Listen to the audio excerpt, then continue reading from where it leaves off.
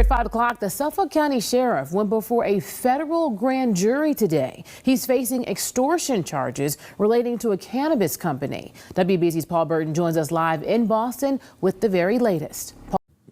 It's just, I mean, this is just hilarious. So this is Boston's top cop for the county. The sheriff himself just got arrested in Florida, obviously not for a speeding ticket or for jaywalking. Federal prosecutors, the feds, said that he shook down a weed company, cannabis company, for $50,000 while having a say on whether the company can even operate there. Like, this is some mafia type of moves. Like, this is crazy. Full-blown corruption case allegedly against the guy that was supposed to be enforcing the law. I mean, trying to get that weed money. Well, the Suffolk County Sheriff was arrested in Florida this morning, taken into custody where he faces 2 counts of extortion. Now, he'll eventually appear in federal court here in Boston at a later date. How are we going to fix the criminal justice system?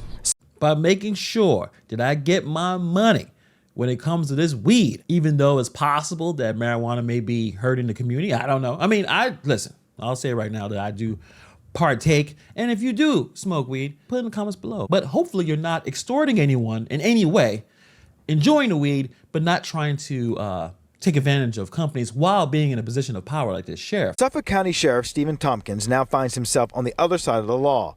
On Friday, the 67-year-old was indicted for allegedly extorting a Boston cannabis company. When the feds use the word extortion, extort, that is not a word that they throw around lightly. That means they think they have evidence of a deliberate abuse of power. So this is not a oopsie, I didn't file the right form nonsense. This, I know I've got a badge, the office, and the influence and the power, and I'm going to use it for myself to make myself money. So $50,000 might not be a lot of money like Wall Street money, millions of dollars, but it is serious money for the rest of us, especially if you are a business owner and you need as much money as possible to get a business off the ground. So that's a big deal. I mean, $50,000, that's a year's salary for a lot of us. This is not some small petty cash. And it's not like you can extort that amount of money by mistake. So this is a big issue. Seriously. No one accidentally extorts $50,000. The cannabis company has not been identified, but the indictment states Tompkins, quote, wanted to get on the stock so he could make some cannabis money and take part in the IPO. Prosecutors said Tompkins pressured someone in the company to sell the stock to him before the company went public.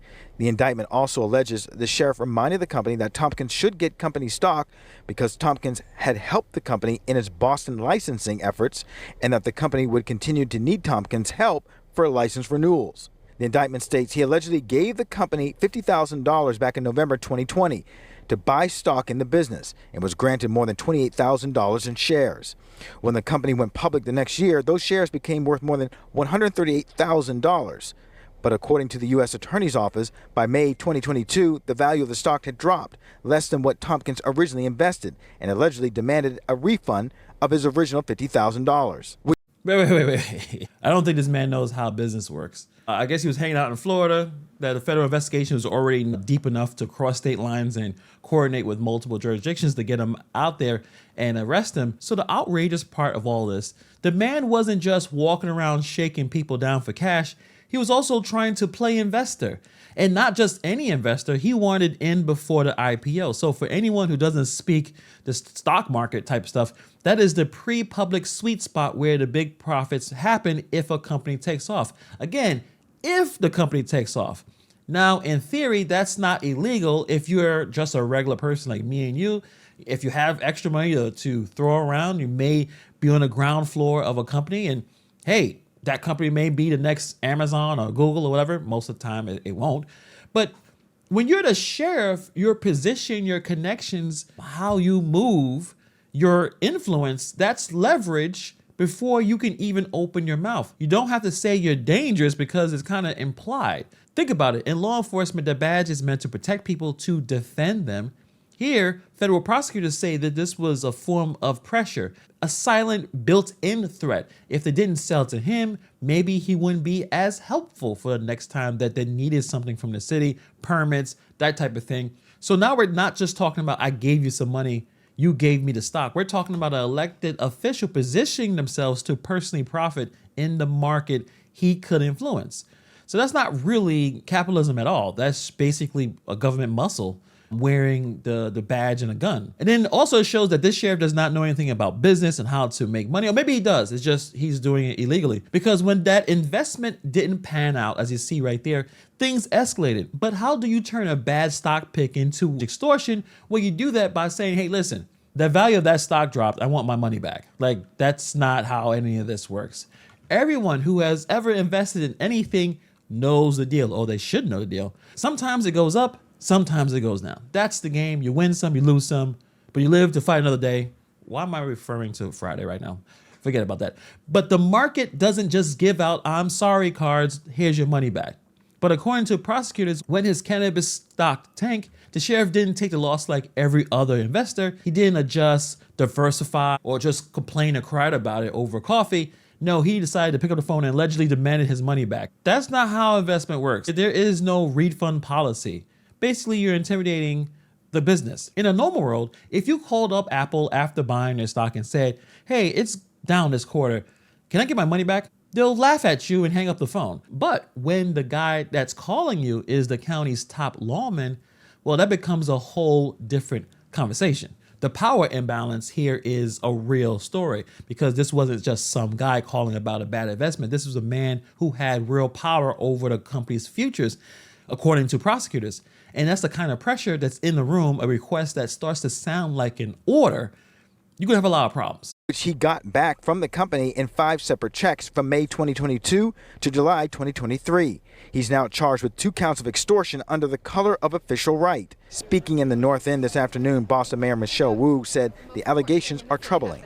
Obviously, every one of us public officials is held to a high standard, and whenever there are law enforcement officials that have anything coming into question with the law, that is a very serious allegation. Well, obviously, and the Boston mayor has tons of problems.